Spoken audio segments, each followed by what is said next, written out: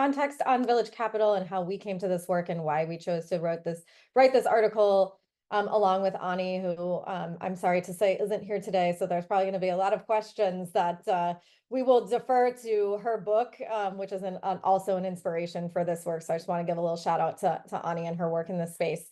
But Village Capital ourselves, we're an organization with roots in a really traditional venture structure with a twist of innovative finance when it comes to the funding process. So our name and our founding is a hybrid of the village banking concept in microfinance, where entrepreneurs make investment decisions applied to venture capital decisions.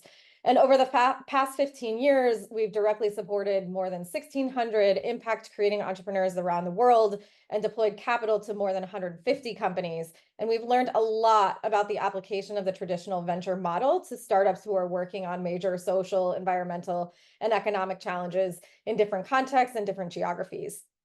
And the reality is, and I'm probably, you all have self-selected to be here, so I'm probably repeating something that you already know, but venture as a tool really only applies to a minuscule percentage of early stage companies. Something like 1% of small businesses are financed by VC at all, even though it does get a large majority of the attention in press and in other circles due to its outsized exits.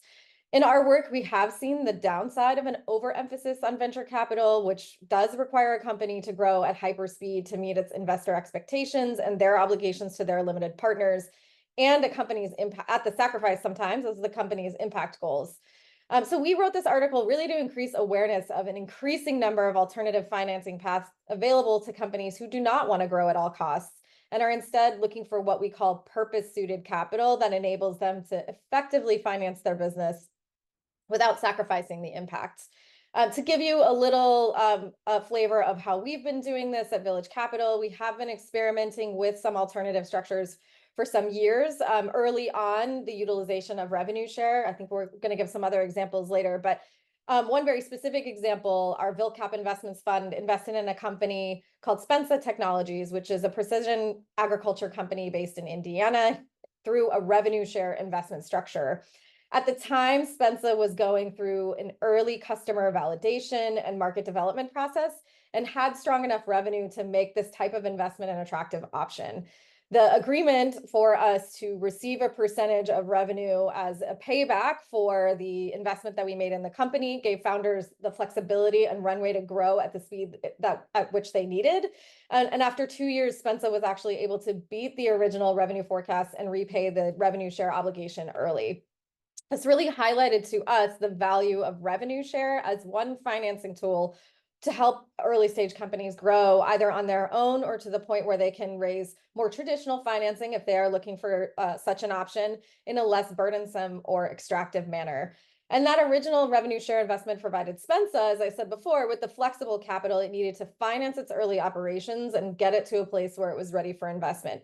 Spensa did later go down a more traditional path. They raised a Series A round and a bridge round before they raised a Series B and were ultimately acquired in 2018.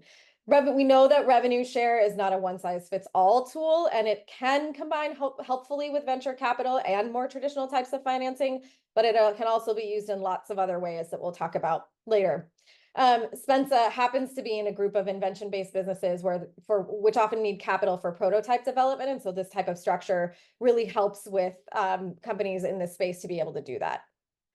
As I've already mentioned, we saw this really as an opportunity to for Spensa to bridge a gap between idea and prototype development. And Spensa was able to use that investment to develop its first product so that it could see significant traction and revenue growth to the point where it became more compelling to traditional investors.